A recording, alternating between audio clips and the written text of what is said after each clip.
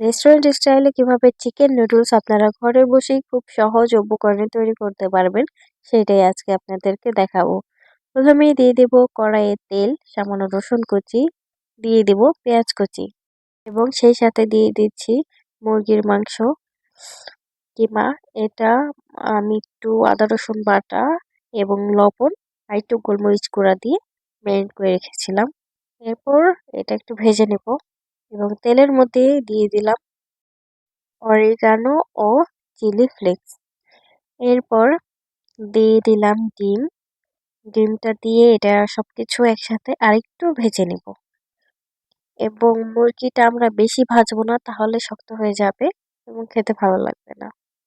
এরপর দিয়ে দিলাম গাজর কুচি ও বরবটি কুচি, আপনারা আপনাদের পছন্দ অনুযায়ী সবজি দিতে পারেন।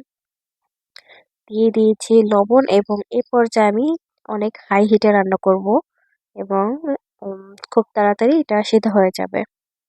একবারে পুরোপুরি সিদ্ধ করবো না, তাহলে গলে যাবে।